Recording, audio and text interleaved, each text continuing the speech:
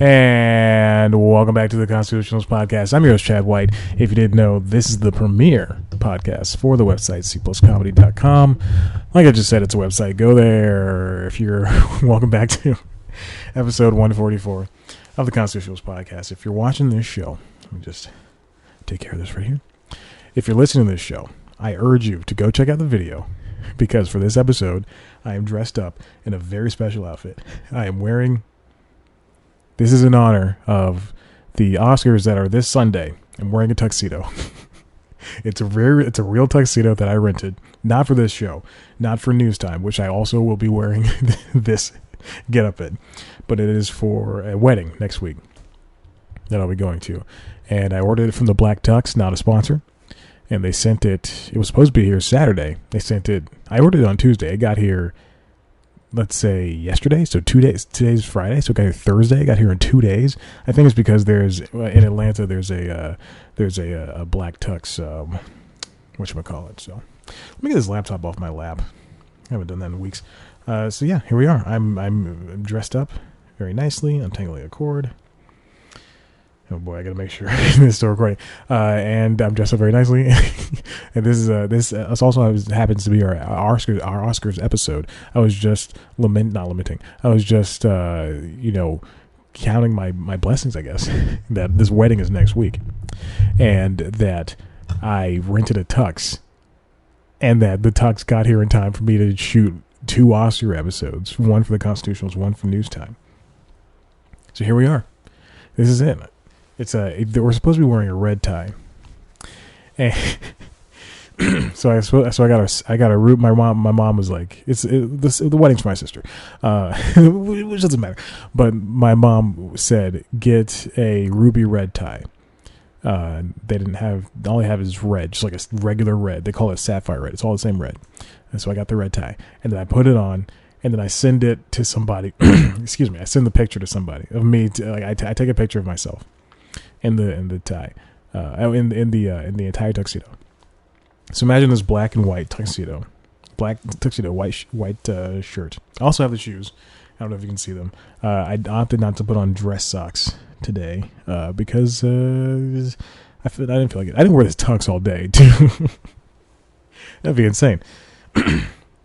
But I sent the picture to somebody, and then that person said I look like a Republican, which is very true. So I will say, don't wear red ties if you're a person. Don't wear red ties, period. So let's get on with it. We have a very long episode. It's Friday evening. Could not record this at a time because my neighbors were being too loud. Not a joke. So I opted to do this today. All right. So I wanted to quickly skim over this. Hamilton is getting a movie. This happened literally the day I put this episode up, last week's episode up. The Hamilton was announced to get a movie. This is from the LA Times, written by Ashley Lee. I'm very interested. What the deal is that Hamilton in 2016, before everybody left, the main cast left, they shot a video at the Rodgers and Hammerstein Theater on Broadway, and a video of a single performance was shot. And I remember that being like a big news headline. And Lynn said that they were just gonna put it in the vault and seal it away for a couple millennia. Not a joke. He said for a very long time. Then now we get word out of nowhere. Disney, with their new streaming service, they buy the video for Hamilton. $75 million. That's a lot of money. And they're going to put it on LA Times. No pop-ups, guys, please. They're going to put it on in streaming. In theaters. They're going to release it in theaters for a little bit. Then it's going to be on streaming, probably. I would say maybe 2021. It'll probably be on Disney Plus. Don't quote me on that, because I'm not that type of. I'm not a source. But I guarantee it'll be on stream by 2021. I guarantee it'll be 2021. Because I think if they're going to release in the theaters, they're going to want to milk this for as long as possible. They want to make that Broadway money. They want to make that $75 million. They're playing a long game. Oh, no. Whoa, excuse me. It'll hit the U.S. and Canada theaters October 2021. So next year, next October, which means 2022, I guarantee it'll be streaming by January 2022. If I'm still doing this show and I still have the same amount of subscribers, Lord kill me. All right, but I want to skip past that. All right, so let's move on. This is going to be more in relation to what we'll be talking about with the Oscars. Well, you know what? Hold on. I'm going to skip 2 stories. If you're looking at the notes, I will not change the order of the notes, but I'm going to skip 2 stories down and go right into the New York Times. They have they released numbers on their growth for subscriptions and what they're going to do next after that. I don't understand why this is not allowing me to click on it. Okay. Opening up in the New York Times app. This is from the New York Times, written by Mark Tracy. The New York Times tops 5 million subscriptions as ads decline. So in 2011, New York Times, they started charging people to look at their articles and their videos and their, and then in 2018, they started charging people to look at the cooking, the recipes. The company hit a milestone in the fourth quarter, passing $800 million in annual digital revenue, an amount that came more from readers than advertisers. So this promise of less ad, it wasn't really a promise. It wasn't really a stated promise, but New York Times used to be a lot like every other publication that's out there right now. They used to have a bunch of ads. If you go to, who has a lot of ads? I think WAPO has a lot of ads, Washington Post, because they have ads inline, inside. Well, so does New York Times. New York Times has ads inside of the articles too, but WAPO is really Washington Post for the people who don't read it. It's really in there. You can really see it. But ads would be everywhere. They have pop-ups, they have banners, they have this and that. They have everything. I muted the mic so I could clear my throat. This and that, they have everything. But now, with more subscribers, then they're able to not just rely heavily on, Gillette buying ads or somebody. I don't know what's going on. I'm not sick, but I just have a lot of phlegm. I'm phlegmy. As the company disclosed last month, in 2019, it passed $800 million in annual digital revenue for the first time, an objective it had pledged to meet by the end of 2020. Most of that $800.8 million, more than $420 million, came from new subscribers. So that's a little over half of people paying either $25 per month or what's the low amount? I think it's like $12 or something. I'm paying $12.50 for everything. But yeah, $25 per month for digital, print, all that stuff. Some very interesting things here.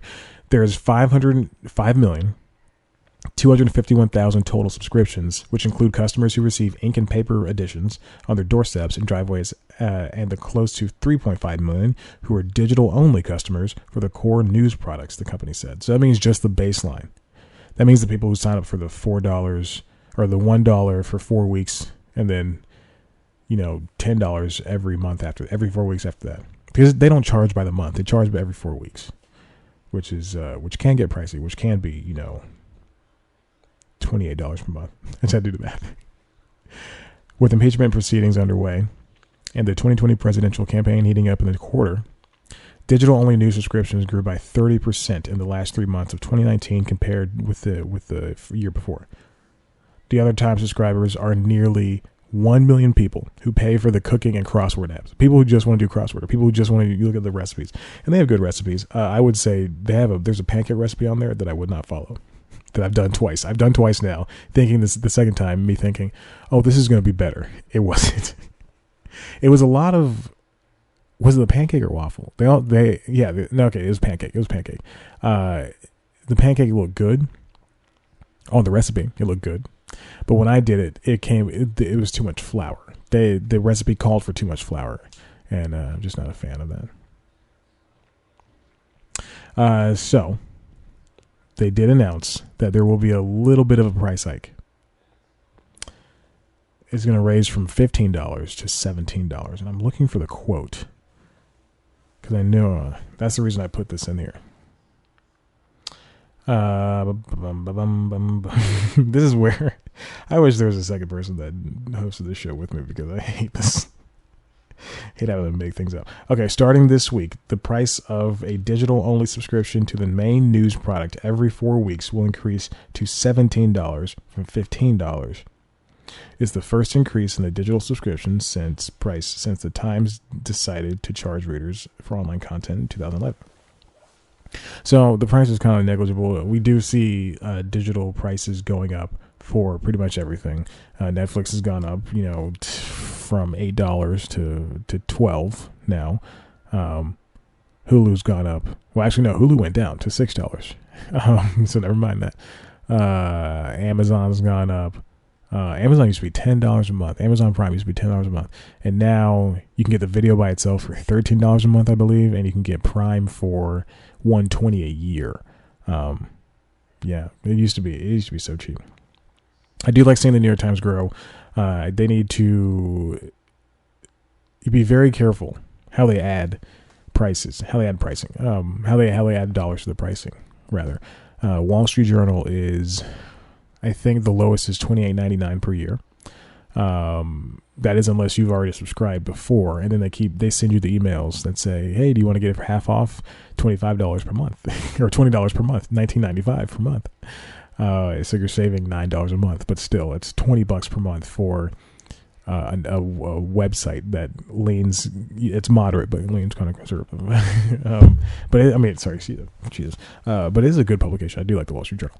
And the Times, and I hate saying worth. I do think the Times is quote unquote worth whatever you're paying for it. The New York Times is wonderful. I did not like how they gate kept the New York Times cooking behind the freaking thing, because let's see, hold on, I'm looking for the New York Times cooking, because I like the cooking app. It's a good app. It's a really good app, and it's on my iPad, it's on my phone, it's on the website. I have saved things in there, but it sucks that you have to pay a certain amount of money per month. I think it's like $4 per month, and I think the crossword is like $2 or $3 per month, but still nobody, or per every 4 weeks, but still nobody wants. I don't want to do that. That's dumb.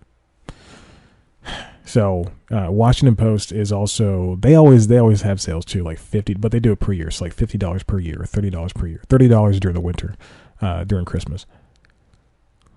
And then the Atlantic is $5 per month now too. It really sucks, because you want to protect journalism. You want to save it. You want to always pay for these things when you can. Support these people is what I meant to say. Support journalism. But then when everything goes to a subscription model, and you don't really, and you want to read an article from 10 years ago, and that's behind a paywall, or because you read 5 New York Times articles, you're 5 are up for the month, or you're 5 are up for the month for the Atlantic. And your 3 are up for the Washington Post. I think Washington Post is substantially less than the others. It truly does suck. Or in like your Wall Street Journal, and you have a article you like, or a feature you like to read there, and it's gate kept because you don't have a subscription there anymore. Frustrating. All right, let's move on. Really moving at a fast clip, because I'm really trying not to make this an hour long, but it might be an hour long. What else happened to me this week? Nothing. The Shadow of the Tomb Raider. No, I didn't. I was about to lie. The last Tomb Raider. I think it was not Rise of the Tomb Raider, but the Tomb Raider. Laura, what's the second Tomb Raider game? Great, now I gotta figure this out. I think it is the Tomb Raider game that came out in 2015. I don't know why I'm typing in 2015. Tomb Raider 2. Let's call it Tomb Raider 2. Nope, that is the movie. That's embarrassing. Okay, Tomb Raider 2016, I believe that's when it came out. 2013 to 2015, I was right the first time. Rise of the Tomb Raider, I was right the first time. So Rise of the Tomb Raider, that came out in 2015. I bought the game, and I piecemeal play video games. I play here and there and stuff. But it was only like within the past year where I really sat down and said, all right, I got to beat this game. And then, so I didn't beat it. Long story short, I got to the very last, to the boss battle, which is against a helicopter and like 15,000 goons, and it was just too hard. I changed the difficulty to the easiest thing. I was getting murked like left and right, and then so that was like I spent like an entire Saturday. This is a couple weeks ago. I spent an entire Saturday doing this. And I said, you know what? I spent an entire Saturday getting from the half of the game. Like I played for like 6 hours, which I never do. It was more like 4, but I played for 4 to 6 hours, which I never do for a video game, except for Red Dead Redemption 2, which I'll get to in a second. And so I basically got to the last boss battle. It wouldn't work. And I was listening to the Doughboys podcast the entire time. I was just so mad. And I said, you know what, screw it. I'm going to turn it off. I'm going to, whatever. And I went out and I did something. And then Sunday, I came back and I said, okay, I'm going to give myself an hour. If I can't beat it in an hour, I'm going to delete it from my Xbox because it's been sitting on there for 4 years or whatever. And I played the game for an hour. And at like 40 minutes, I go, okay, I'm done. I just delete it. And then this week, I learned that Shadow of the Tomb Raider will be leaving Xbox Game Pass, and my Xbox Game Pass, it leaves Game Pass at the end of February. My Game Pass expires next Friday, Valentine's Day. So what I have to do is I downloaded the game already. I started it last night. I have to beat this game within the week, and it's 20-something hours, and I just don't have the time or the patience. So I did reread a review for it, and it said that the reviewer said that. The game is less combat focused, so thank God. And then Red Dead. I beat Red Dead Redemption 2. It took me exactly a calendar year. I put it down for a couple of weeks, here and there, a couple of months or whatever. But it's a lovely game. I think that's a game that you shouldn't blast with that game. People had a lot of issues with that game. I do have issues with that game, but I think ultimately it was the best game of last year. And you should definitely not play it like it's GTA. You have to play it very slowly. You watch any Western, which I've been forced to do at work. Watch any Western, you'll understand. And I'm finally at the epilogue. The game's old. The game's a year old. The main character dies, and also it's a prequel. So whatever. The main character dies, and you're playing. And then in the epilogue, which is another 8 hours. So I just spent 80 hours. No. It took me 80 hours to beat the game, to do the main quest, and then also like a bunch of side stuff. And I did not delineate. I didn't play any mini games. I didn't go hunting for fun except for the legendary animals, which only took me like 5 minutes each. But I played the game from tip to tail, except save for the epilogue, and it took me 80 hours. 80. Amazing. Love it.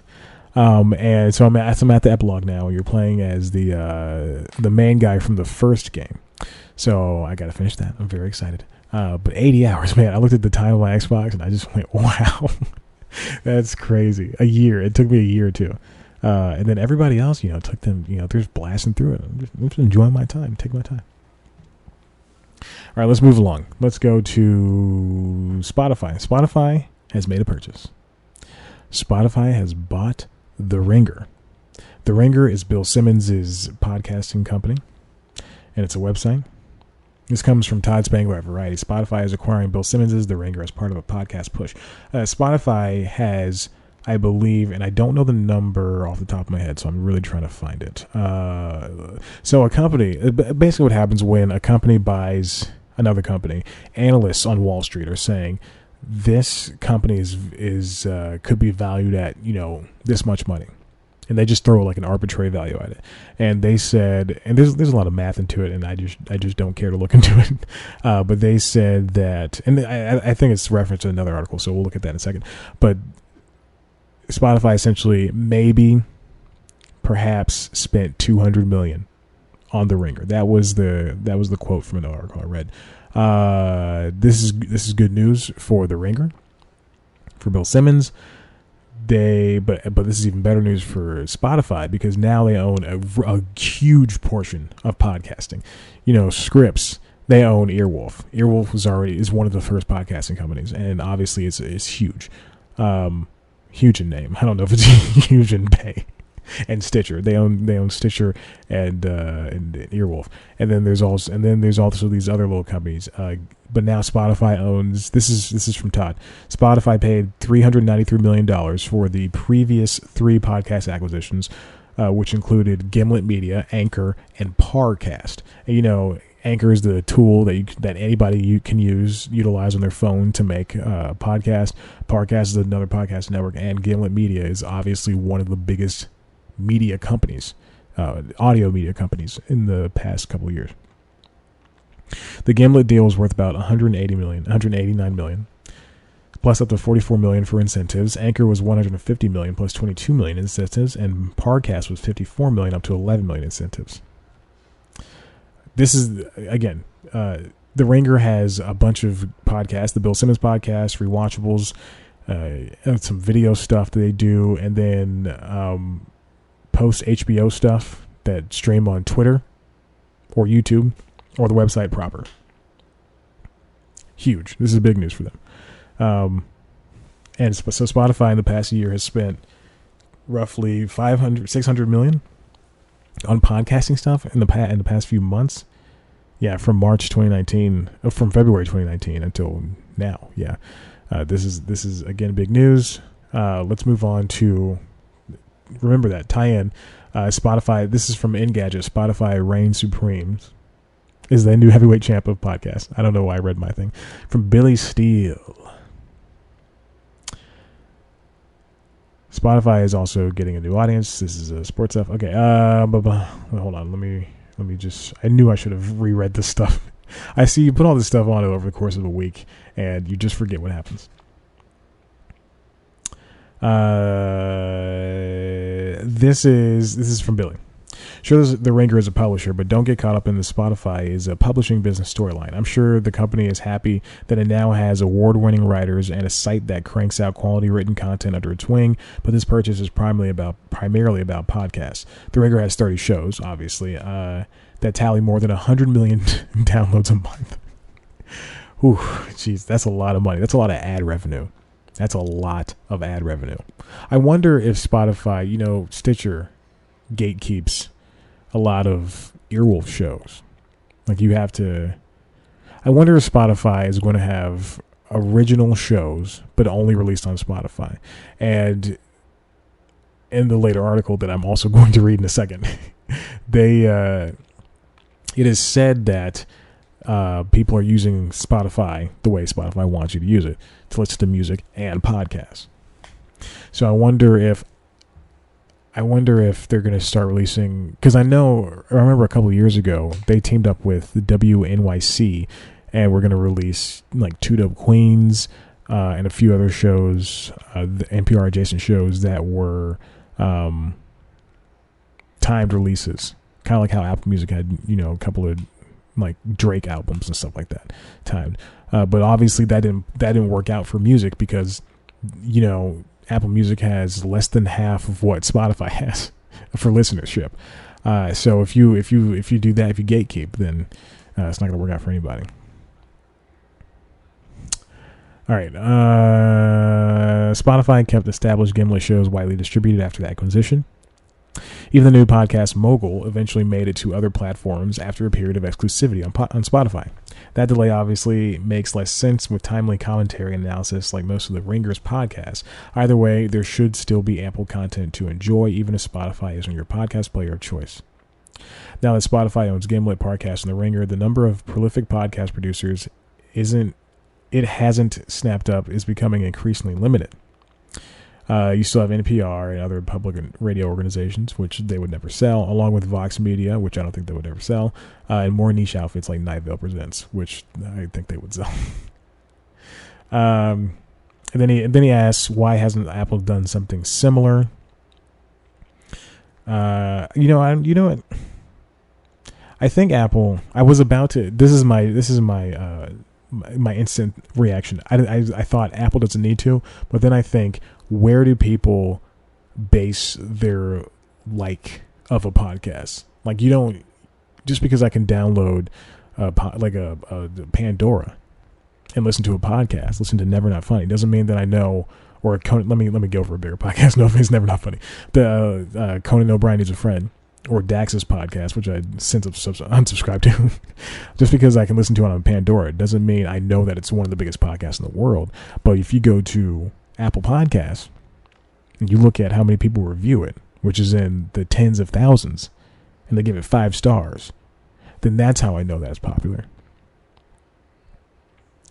In its earnings report today, and before adding The Ringer to its fold, Spotify revealed it has more than 700,000 podcasts. According to Podcast Insights, Apple hosts more than 850,000 shows on its podcast. He wrote a joke in here, and I just skipped over it. Its podcast app, and more than 30 million episodes. I don't need you writing jokes, man. This is a tech blog, a tech website. That's a surprisingly small gap, and I expect it to shrink over the next quarter. Spotify still said, and hosting is different. Anybody can put a host a podcast. All you have to do is host a podcast on Apple Podcasts, which is where you want to host it right now. Like again, because that number is small, and Spotify might overtake it. But again, there's no reviews on Spotify, so still. But if you like the hosting service I use, you're able to just hook up your RSS feed to Apple and to Spotify and to Google and to Stitcher, which is where I host the show. All 4 of those are where I host the show, and I mean that it handles it for you. So if your show's on Spotify, all you have to do is just say, "Hey, my RSS feed." Boom, here it is. We'll see where Spotify is heading with this. They are gunning for Apple in terms of, and plus, I mean, there's just the name recognition with Spotify. You know, that's why I love when Spotify offers me 3 months for $10, because I get it. And if someone happens to grab my phone, if I give my phone to somebody, my friend or somebody, I have one friend, then or I give my iPad to them, or I have my laptop and I'm like, hey, choose a song, and they they're on Google Play Music. That's going to be hard for them to go, okay, how do I get to Summer Walker? Like, how do I find this? But they go to Spotify. Spotify is universal. And then there's Apple Music, which, obviously you can listen to it on your phone, any phone, Android phone, iPhone. You can listen to it on an iPad. You can listen to it on an Android tablet, if those still exist. But Spotify has a familiar number. And this ties in. Barstool Sports sold to, this is a story from, today's the 7th, this is a story from last week.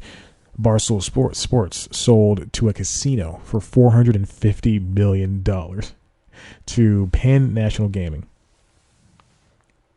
Barstool Sports is a sports blog. It's a Boston sports blog, mostly for white people. It is mostly for white people. I looked at a couple of their videos over the past week, and most of the people that work there are white. So, and again, I love the white people, mostly the women. Oh boy, that was a little bit Trumpish. This comes from Vox, written by Peter Kafka. He's a good writer. Let me read the part. It's a stunning deal for the digital media industry, coming as many publishers are retrenching after a round of ultimately disappointing Facebook-fueled optimism and investment.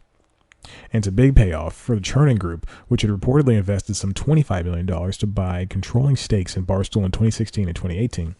People familiar with Barstool estimate that Chernin owned around 60% of the company prior to today's deal. Wow, that's a lot of money for them. The reason that Kafka is writing this, he says the reason, is why this is a big deal is because Barstool can really thank the gambling industry. They legalized sports gambling in the U.S. And then obviously individual states have to decide. So New Jersey can. I don't think New York can, because I also saw a story where people were leaving Manhattan for They're taking like an hour and a half train ride, or Connecticut, they're taking an hour and a half train ride, going to New Jersey, going like to the outer edges like of New Jersey where the train would come in, load up the app, gamble, like place a bet, and then go back home. I think that's really. Seriously, if I lived in Manhattan or if I lived in Connecticut, and I would do that definitely. I wouldn't live in Connecticut. It'd definitely be Manhattan. Since then, there's been a rush by both media companies and the gambling industry to capitalize on what they both assume will be a boom in online betting. Right now, the primary winners seem to be DraftKings and FanDuel, two companies that had spent huge sums of marketing money a few years ago when they were operating as, quote, daily fantasy sports games. Yeah, DraftKings and FanDuel, I guarantee, boy, they've got to be doing so well. So yeah, there we go. Okay, so hold on. Keep that in mind. Let's keep going. All right, so now, this is also from Vox. Why buy, this comes from Peter Kafka. Why Spotify and a casino bought the Ringer and Barstool. So this is why all this matters. These are two big deals that have happened for audio and for sports journalism.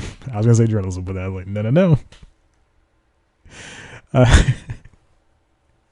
All right. A few years ago, when investors were very excited to throw money at digital companies like BuzzFeed, Vice, and Vox Media, the big TV guys were the presumed buyers, but that never happened, and now the big TV guys seem to have moved on.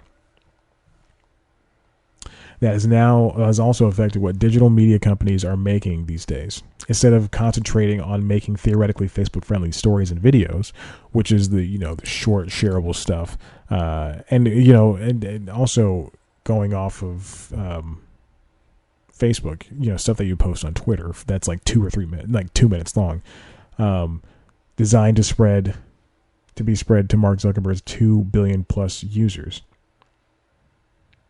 They're not his users. I hate when people just, never mind. Okay. Digital publishers are doing just about everything else and hoping some of it works. They're publishing stories defined to be friendly with Google's search algorithm, the SEO stuff, making videos designed for YouTube, and developing content that Amazon and other retailers might pay to add product promoting links to. They basically want to make revenue. That's the ad revenue that the New York Times is trying to wean itself off of. They're also turning out podcasts, putting up paywalls in hopes that consumers will subscribe to see what's behind them, and pitching TV shows to Netflix, Hulu, and everyone else with streaming service. To back up the old idea, sometimes expressed out loud, other times just implied, was that a new crop of upstarts had figured out millennials and Facebook and digital video, and that this expertise would be very useful to TV conglomerates that were seeing their audiences melt away because of the internet. The TV guys, the argument went, had declining business that still threw off a lot of money, and they would use that money to buy the new guys, and that the new guys would help the TV guys find those elusive millennials using Facebook or whatever, but usually Facebook, to track them down. But now, that's not a thing anymore, because you can watch everything everywhere. Quibi's coming out in April. Jeffrey Katzenberg and Meg, oh God, what is Meg's last name? Jeff and Meg's thing, where they're having TV shows and movies, but they're all going to be bite-sized chunks. So a TV show will be, 3 minutes long rather than 30. It'll be 5 instead of 50. A drama that's 5 minutes long. Can you imagine that? How are they all not going to be comedies? How can you feel something in 3 minutes? Cut to somebody bursting through his window and stabbing me in the back. I'll take it in the chest, please. In the heart. Not while I'm wearing this. Unless you're going to bury me in it. But then he continues on saying that some of the biggest people who have invested inside of Vice, which is Disney. Disney invested in Vice. I think they gave him like $300 million. The companies that invested in Refinery 29, Mike, and Mashable, which happens to be Warner Media. Discovery invested in Group 9. Now This News. All that stuff. Univision invested in Gawker Media, right after that whole thing happened.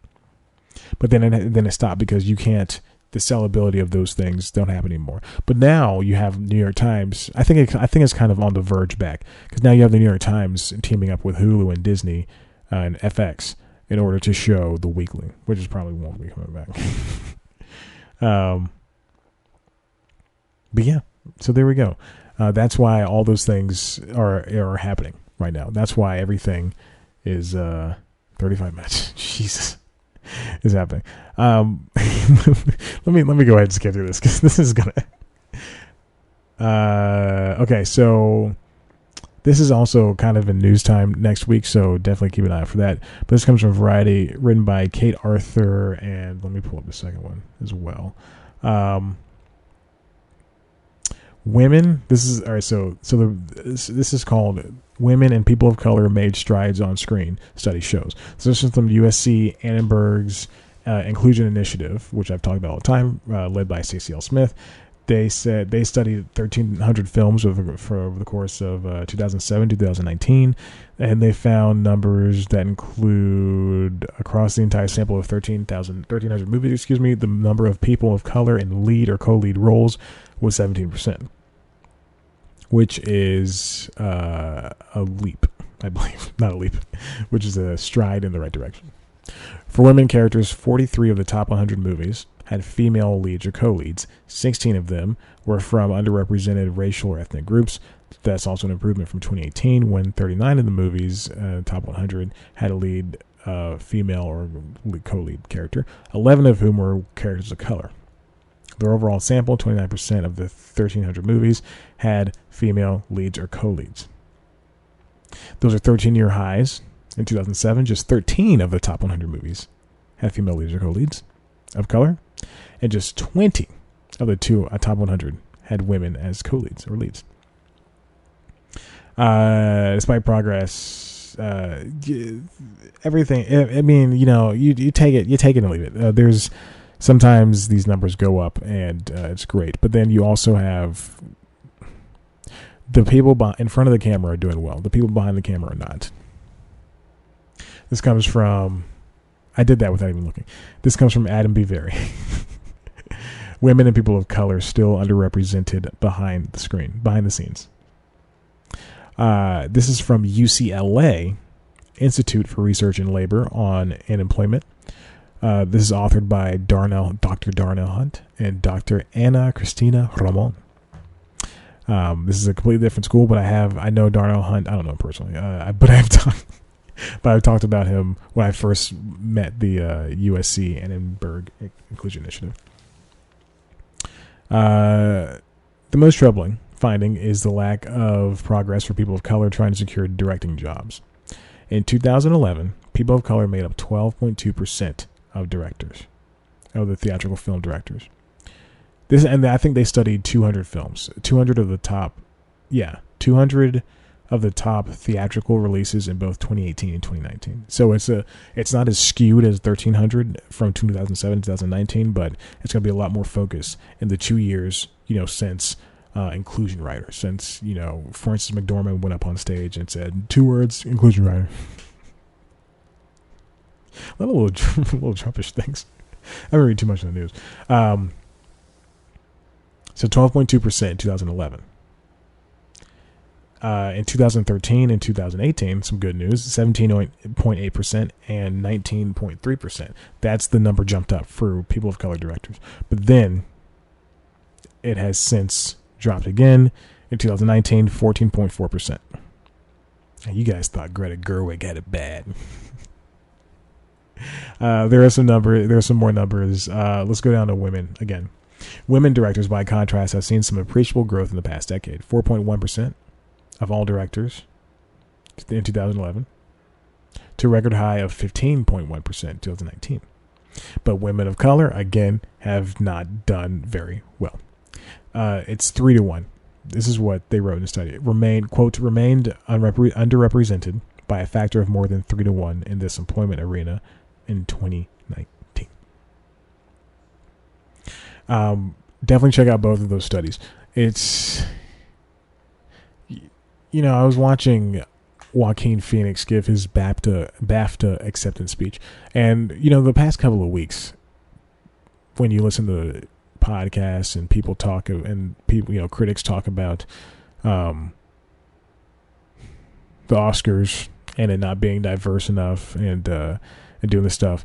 But also the main thing I hear them talking about is how the Joker is kind of like white male privilege, kind of like Pete Buttigieg. It's it's white male. I wrote a joke today to somebody in text that said, I can't wait till we find out that Pete Buttigieg is just two kids standing on top of each other in a man suit.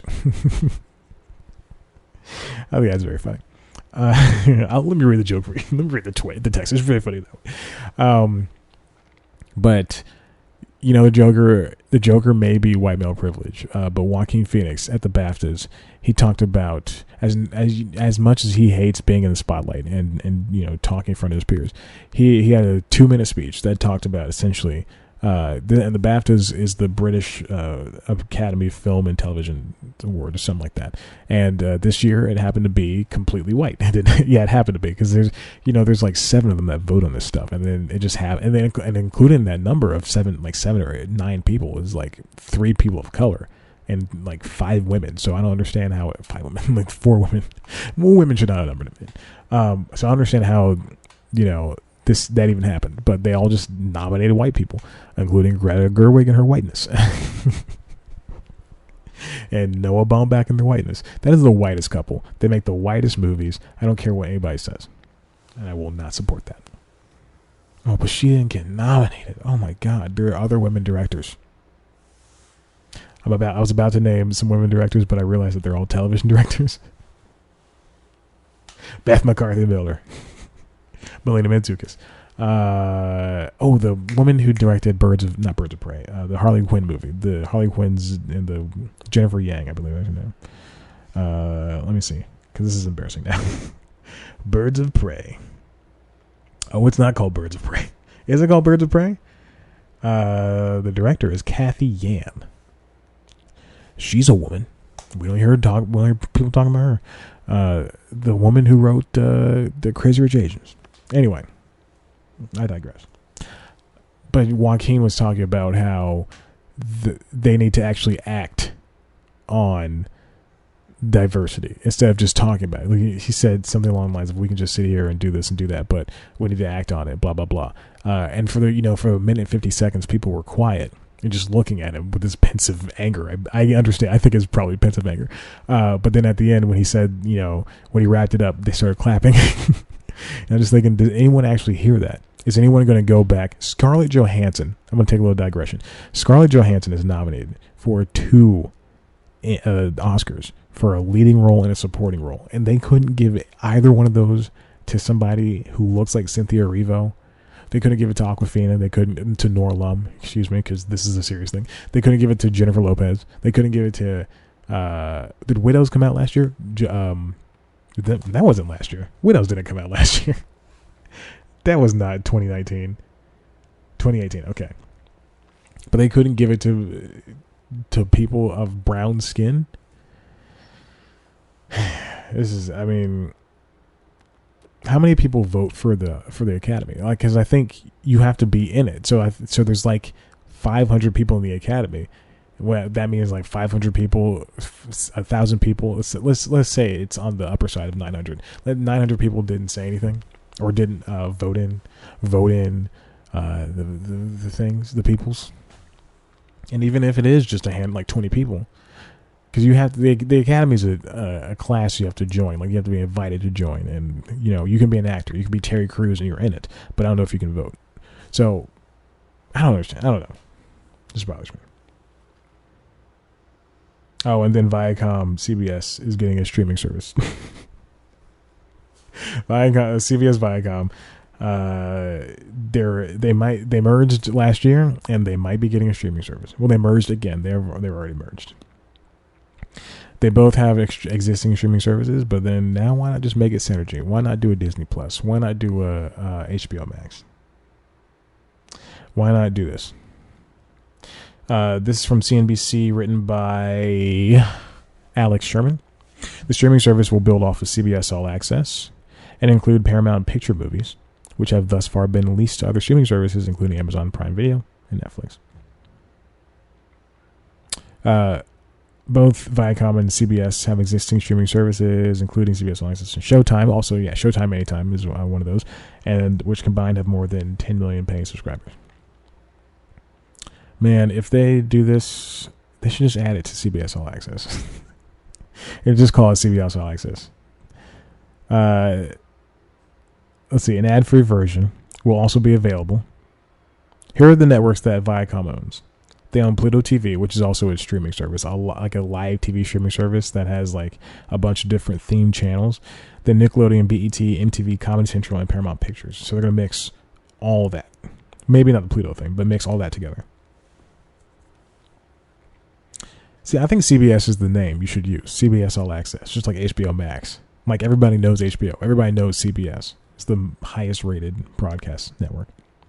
An ad-free version will also be available, and a premium version of the streaming service will include Showtime, the people said. The people said. ViacomCBS executives haven't decided on a name for the service, nor a price, though the base service will probably be less than $10 a month, two of the people said.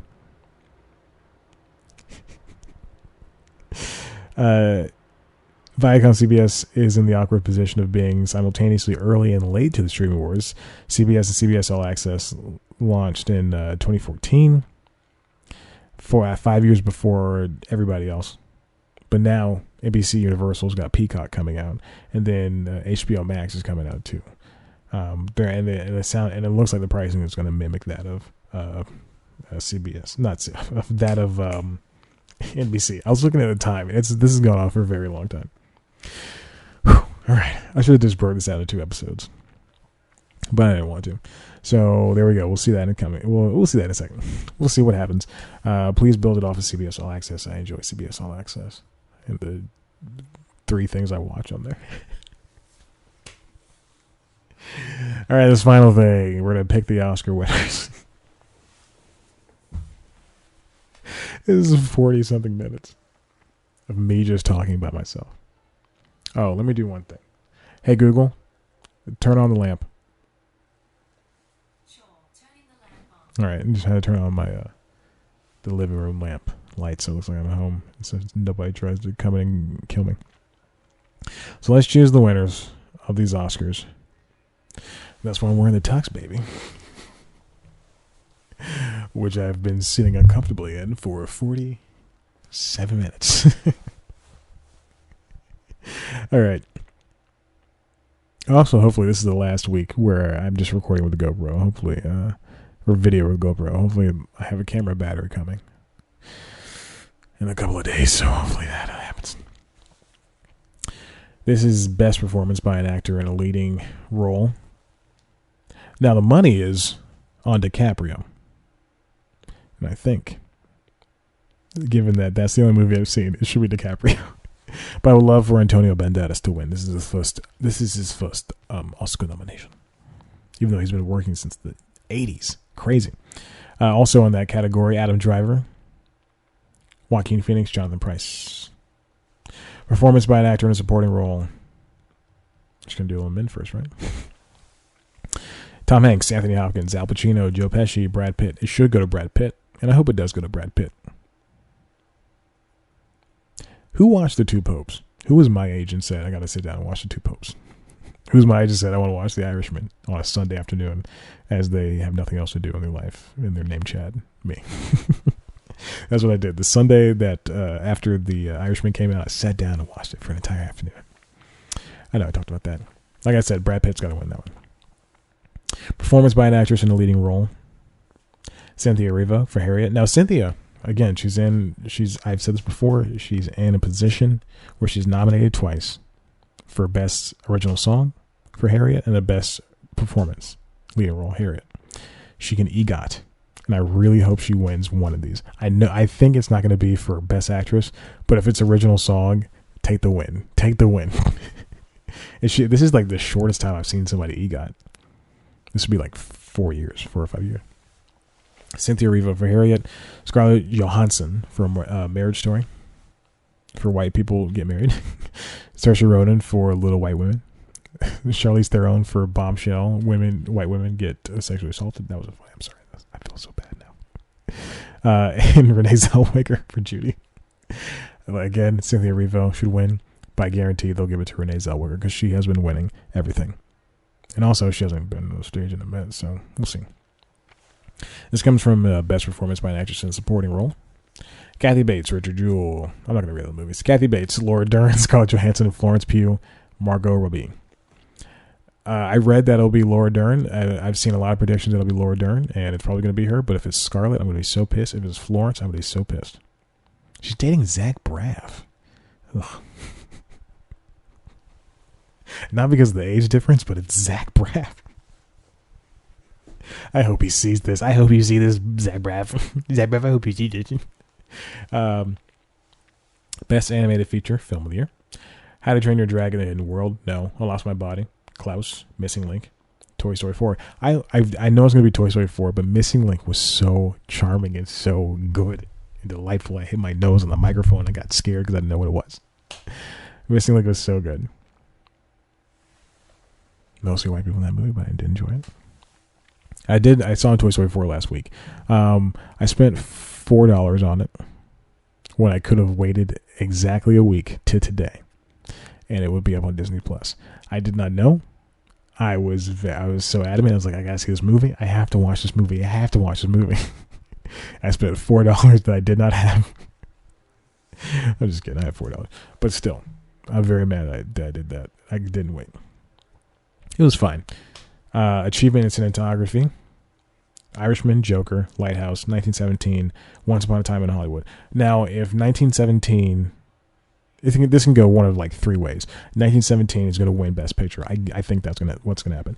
Because it's the safe choice. 1917 wins Best Picture, and they also win cinematography, but nothing else. Or they win cinematography. They don't win Best Picture, but you have to recognize that 1917 is the long shot. It's the one shot movie. There's no break in the shot, and I think it's a good movie for it. Also, I don't want to see it again. I was just thinking about this. Ford v Ferrari is nominated. No, I'm sorry. Excuse me. It is nominated. It is not. Ford v Ferrari is nominated. Matt Damon, Christian Bale. It's about Ford building a car to beat a Ferrari, a race car to beat a Ferrari. But before I came in here, Logan is on FX this Friday evening. And so I turned on FX and started watching Logan, the last half of Logan. And then I thought, man, James Mangold, he's the director for Logan and for Ford v Ferrari. And I thought, man, one of these movies I will sit down and watch, for the rest of my life. And one of them I just saw in theaters once and I'll never want to see it again. And that's Ford v Ferrari. I don't want to see that movie again. It's a good movie. And I enjoyed my time with it. I have no plans of ever seeing it again. But Logan, I can watch that again. I can watch that again right now. So cinematography, I think, is going to go to 1917. I would like to see Lighthouse win. All those movies are fine. I've never seen Joker. Maybe I'll rent it this weekend. I'd like to see Lighthouse win, but I think 1917 would be a safe bet too. Costume design: Irishman, Jojo Rabbit, Joker, Little Women, Once Upon a Time in Hollywood. I think Little Women might win that based on the trailers, which I don't ever want to see that movie. And I also read something. There are people of color in Little Women. They're given very tiny speaking roles or the extras. You're not going to trick me, Greta Gerwig. And the argument, I was thinking about this today too. The argument could be that Greta, Lady Bird, Frances Ha, these movies that she was in. I've never seen Frances Ha, so I don't know if there's people of color in it or not. But the argument could be that she's just writing movies that she knows from her heart. She can speak to this and that. But that doesn't mean anything. You're no better than the people who make 1917 or Dunkirk or that Winston Churchill movie. Just put people of color in movies. Lin-Manuel Miranda and Ron Chernow. Hamilton. They did Hamilton. Hamilton it's about white people, but it's starring brown people. There's one white person in it. He's a king. Two white people. There's two kings. So costume, I think Little Women or Jojo Rabbit or Once Upon a Time actually did a really good job. I don't know why Irishman is up there. It's like they ran out of movies and they said, Irishman. Directing, Irishman, Joker, 1917, Once Upon a Time, Parasite. I would like to see it go to Bong Joon-ho for Parasite. I really would, just to get some brown faces up there. Sam is brown too. Sam Mendes learned he is Portuguese or something, I think, but he's not white, and that's all I know. I would love to see Bong Joon-ho get it, and if not, then it should go to Quentin Tarantino. That's an inside joke for myself that no one else that I've ever knows it. Best documentary feature: American Factory on Netflix, The Cave on Hulu, Edge of Democracy on Netflix, For Sama on Hulu, Honeyland. I don't know where Honeyland is. You can watch all these streaming right now, which is amazing. Like 3 years ago, even when streaming was a thing, 3 years ago, you were hard pressed to find any movie that was an Oscar nominated thing that was streaming. But now half of these are streaming. Half of the things that are nominated are streaming.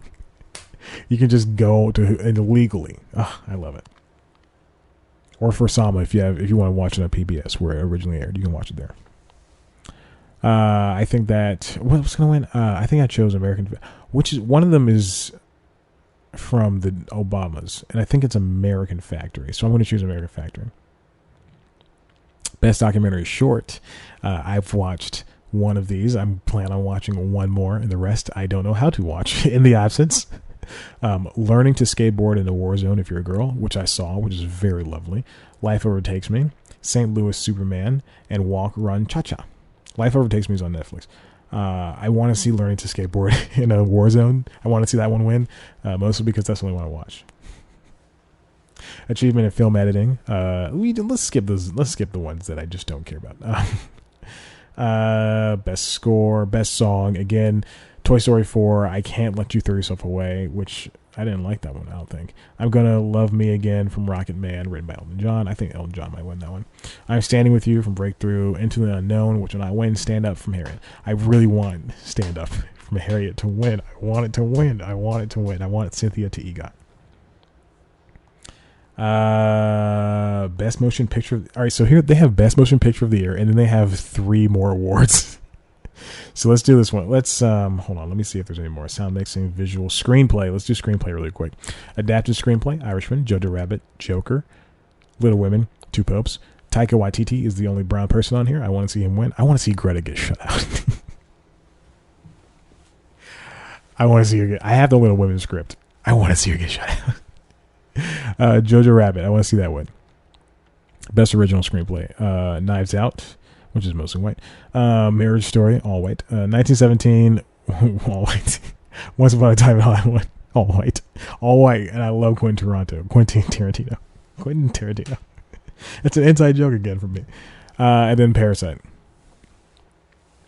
I would like to see Parasite win. Knives Out is the only comedy that has ever been nominated, I think, in the past couple of years. So I'd love to see that win. All right, let's do Best Picture and then hang up this stupid show. Let me get this God blessed thing. 58 minutes. Best Picture, Motion Picture of the Year: Ford v Ferrari, The Irishman, Jojo Rabbit, Joker, Little Women, Marriage Story, 1917, Once Upon a Time in Hollywood, Parasite. I read something this week that was talking about how the expansion of the amount of Best Pictures has really opened up, the tastes of the Best Pictures, because usually, like, if you before they expanded a couple years ago, it was you chose 5 movies, and then sometimes it wasn't even 5, but now you can. I think it's up to 10 or 11. And then sometimes now it's not even 10 or 11, but still that meet the threshold for Best Motion Picture. And it's and it's a voting thing as well. So like, you have to be voted in for Best Picture, whatever. Out of all those, I would like to see. I know 1917 is probably going to win, but I would love to see. Why is Jojo Rabbit up here? I would love to see Once Upon a Time, Parasite, or 1917. Obviously, out of all 3 of those. Out of all 7 or 8 of these, I would love to see either one of those, any one of those movies, Parasite, Once Upon a Time, or 1917. So yeah, here we go. Listen, Oscar's going to be big. They're gonna say rest in peace to Kirk Douglas, who just passed away yesterday, and to Kobe Bryant, which should be great. Yeah, yeah, I just can't wait for Sunday. It's going to be a good time. We had the Super Bowl last week, which I watched and I made a bunch of food for, and now I'm going to do the same thing for the Oscars. It's going to be the same about the chicken wings, the chips, the donuts, the cookies. I'm just sitting there like, yeah. All right, listen, we're going to hang up. If you like what you heard here, head on over to the website, cplscomedy.com, where you can see so many interviews, all the videos I've done, all the podcasts I've ever done. See it there. I'm so tired. It's Friday. I'm so tired. Let's see. That was the website. If you want to see a video version of the show, head on over to youtube.com/cplscomedy. See me sitting in a tuxedo. Like, this is insane that this is even happening. It's from the Black Tux. You can tell it's not Christian Dior or Vera Wang. I was looking at a Vera Wang tuxedo when my mom was like, "You gotta get a tux." I thought, well, why don't I just buy one? Because this is the douchiest thing. But I mean, if I read that if you go to enough black tie events, which is like 2. Like, if you go to at least like 2 a year, then the tux will pay for itself in 5 years versus you paying $300 every time you're in a tux. So I just thought, yeah, why not just drop $1,000 on a tux? Like, seriously, and I still think it's a good idea. Nothing's going to deter me. But why don't you just buy like a nice tux, like a nice like $1,000, $1,500 tux, and also, I mean, that would have forced me to go. Maybe I should look for some galas. Maybe I should be a part of some organizations, and then wear a tux. That'd be nice to have. I think that'd just be nice to have. I know it sounds silly and stupid, but I think a man.